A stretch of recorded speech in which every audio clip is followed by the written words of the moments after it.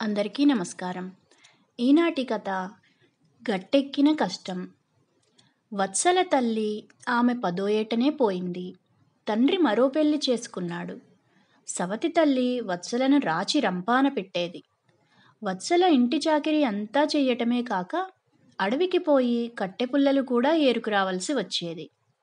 ఆమె అడవికి వెళ్ళే దారిలో ఒకచోట పాము పుట్ట ఉండేది.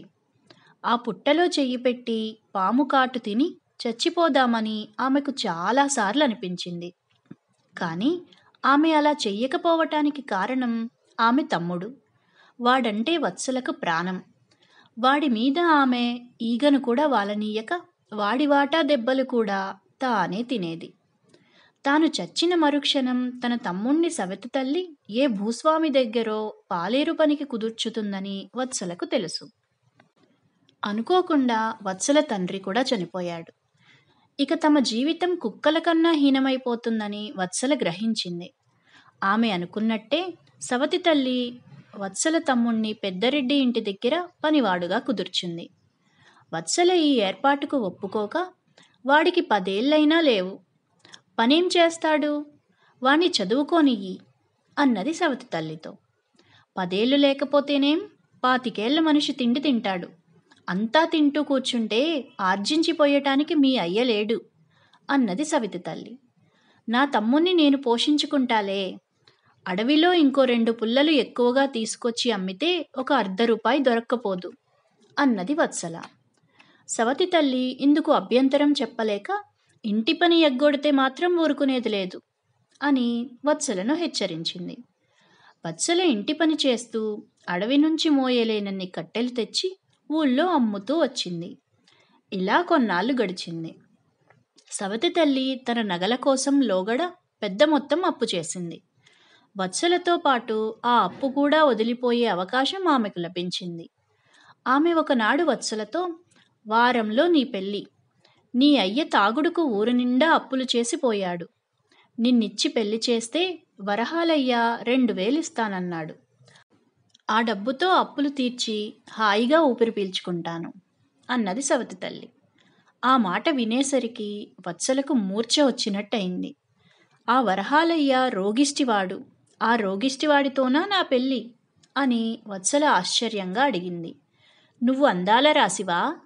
వాడు రోగిష్టి కాడు. వాడి ఒంటి తీరే అంతా. నువ్వు వెర్రి వేషాలు వెయ్యక పెళ్లి కొప్పుకో, లేకపోతే మీ అయ్య అప్పు తీరదు అన్నది సవతి తల్లి. ఈసారి వత్సల ఈ పెళ్లి నుంచి తప్పించుకునేటందుకు ఆత్మహత్య చేసుకుందామని నిశ్చయించుకుంది. తమ్ముడి భవిష్యత్ ఏమైనా కానీ ఆమె అర్ధరాత్రి వేళ అడవికి వెళ్ళి పాము పుట్టలో చెయ్యి పెట్టి కాటు వేయించుకునేందుకు దాని దగ్గర చతికిలపడింది. పుట్ట సమీపంలో చెట్టు మీద కొత్తగా వచ్చి చేరిన భూతం ఒకటి వత్సలను చూడగానే ఆమెను భయపెట్టడానికి పెడబొబ్బులు పెడుతూ చెట్టు మీద నుంచి కిందకు దూకింది. చావటానికి సిద్ధపడి వచ్చిన వత్సల ఆ నిలువెత్తు భూతాన్ని చూసి దడుచుకోలేదు. అది చూసి భూతం నివ్వెరపోతూ, నన్ను చూస్తే నీకు వణుకు పుట్టడం లేదా? నేనెవరో తెలుసా? భూతాన్ని. నిన్ను మింగేస్తాను అంటూ నోరు తెరిచి వాడిగా ఉన్న తన చేతిగోళ్లు చూపింది. మా పిన్ని నీకన్నా భయంకరమైనది అన్నది వత్సల. భూతం ఈ మాట నమ్మలేకపోయింది. అయితే మా పిన్ని నీలాగా వికారంగా ఉండదు, కానీ నీకన్నా చాలా క్రూరమైనది. నువ్వు ఒక్కసారే మింగేస్తావు, కానీ మా పిన్ని బతికినన్నాళ్ళు కొంచెం కొంచెంగా మింగుతుంది. ఆ నరకం అనుభవిస్తే గాని తెలీదు అన్నది వత్సల. అయితే మీ పిన్నిని చూసి తీరాల్సిందే అన్నది భూతం. చూస్తే ఏం తెలుస్తుంది? మా పిన్నికి అణిగిమణిగి ఒక్కరోజుంటే అప్పుడు తెలుస్తుంది. నువ్విదే రూపంలో వెళితే నిన్ను మర్యాద కూడా చేస్తుంది. నువ్వు డబ్బిస్తానంటే నన్నిచ్చి పెళ్లి కూడా చేస్తుంది అన్నది వత్సల. భూతం ఒక్క క్షణం ఆలోచించి, ఒక పని చేద్దాం. నేను నీలాగా మారతాను. మీ పిన్ని నన్ను చూసి నువ్వే అనుకుంటుంది. ఓ రోజంతా మీ పిన్ని చెప్పు చేతుల్లో ఉండి చూస్తాను. నేను తిరిగి వచ్చేదాకా ఇక్కడే ఉండు మరి అన్నది భూతం. వత్సలకు ఇదంతా వ్యర్థ ప్రయాసగా తోచింది. కానీ భూతం తెగముచ్చట పడటం చూసి సరే అన్నది. రేపు అర్ధరాత్రి దాకా ఇక్కడే ఉంటాను.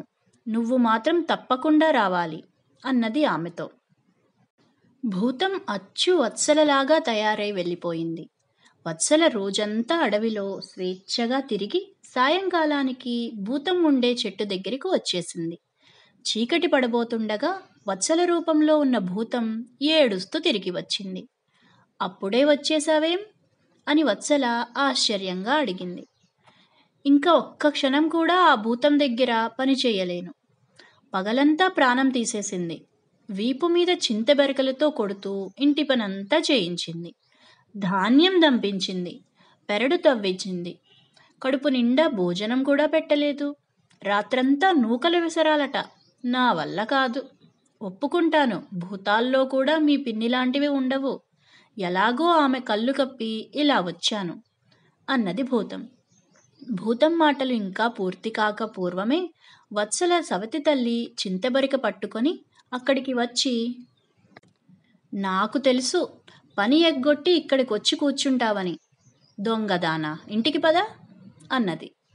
ఆమెను చూడగానే వత్సల చప్పున చెట్టు చాటుకుపోయింది. భూతం అదిరిపడి అది అసలు రూపం ధరించి చెట్టు మీదకి ఎగిరిపోయింది. అది చూసి వత్సల సవితి తల్లి కెవ్వున అరిచింది. 24 గంటలు తన అదుపులో ఉండే వత్సల భూతంగా మారటం కల్లారా చూడగానే ఆమె మతిపోయింది. వెర్రిచూపులు చూస్తూ పిచ్చి పిచ్చిగా అరుస్తూ ఆమె అడవిలోకి పారిపోయింది. భూతం ఒక బరువైన డబ్బు మూటను వత్సల కాళ్ళ ముందు పారేసి, నీకు నీ పిన్నికి ఒక దండం, ఎరక్కపోయి ఈ ప్రాంతానికి వచ్చాను అని గబ్బిలంగా మారి అరుస్తూ ఎగిరిపోయింది. వత్సల ఆ మూట తీసుకొని ఇంటికి వెళ్ళిపోయింది. అడవిలోకి పారిపోయిన సవతి తల్లి మళ్ళీ తిరిగి రానే లేదు. వత్సల ఆమె కోసం వెతికించింది, కానీ ఆమె జాడ మాత్రం దొరకలేదు. వత్సల కాలక్రమాన తనకు నచ్చిన వాణ్ణి పెళ్లాడి తన తమ్ముణ్ణి తన వద్దనే ఉంచుకున్నది. భూతం ధర్మమా అంటూ ఆమె కష్టం గట్టెక్కింది. కథ సమాప్తం.